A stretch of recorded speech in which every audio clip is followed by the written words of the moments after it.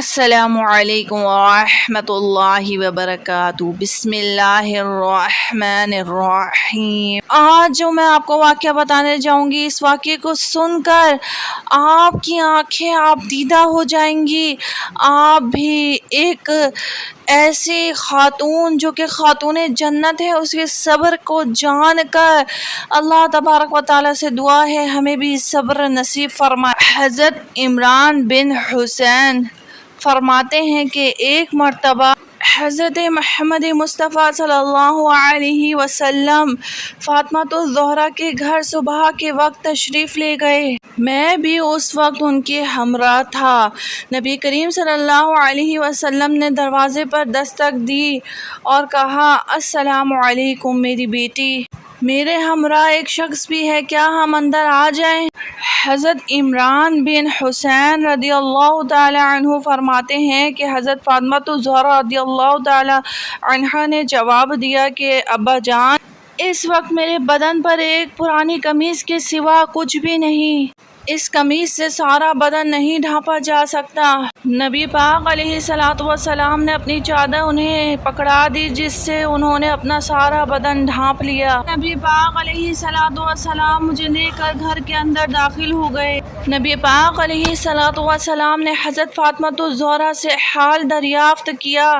حضرت فاطمہ الزہرا نے بتایا کہ بابا جان کل سے فاقہ ہے گھر پر۔ تو آپ علیہ الصلوۃ والسلام سن کے آپ دیدہ ہو گئے اور فرمانے لگے، بیٹی فاطمہ، میں نے خود 3 دن سے کچھ نہیں کھایا، حالانکہ میں اللہ کا رسول اور محبوب ہوں اور تمہاری نسبت اللہ عز و جل کے زیادہ قریب ہوں۔ بیٹی، میں نے آخرت کو دنیا پر ترجیح دی ہے اور فکر و فاقہ اختیار کیا ہے۔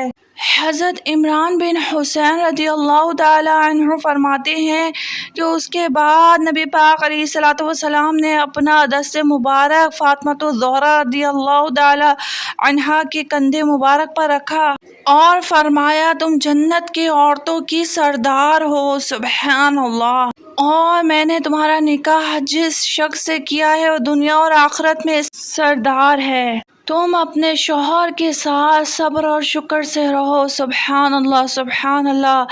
میرے نبی کی مثال اور ان کا ثانی تو کیا سایہ بھی جو ہے وہ اس دنیا میں موجود نہیں ہے کہ ان کا مثل کوئی ہو ہی نہیں سکتا۔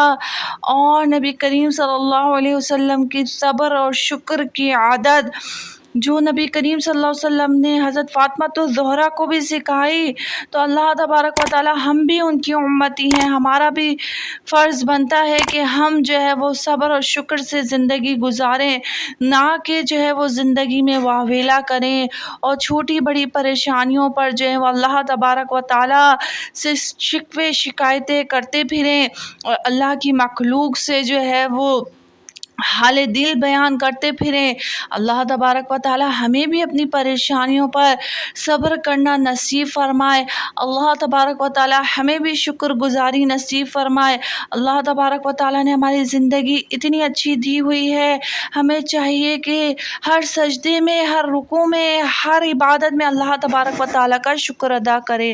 پیارے بہن بھائیوں، یہ بہن بڑی شوق و محبت سے آپ کے لیے ویڈیوز بناتی ہے۔ امید ہے آپ کو ویڈیو پسند آئی ہوگی۔ اگر ویڈیو پسند آئی ہے تو اپنی اس بہن کے چینل کو سبسکرائب کر دیں اور صدقہ جاریہ سمجھ کے زیادہ سے زیادہ ویڈیو کو شیئر کیا کیجیے اور لائک کر دیجیے۔ السلام علیکم، اللہ حافظ، اللہ نگہبان۔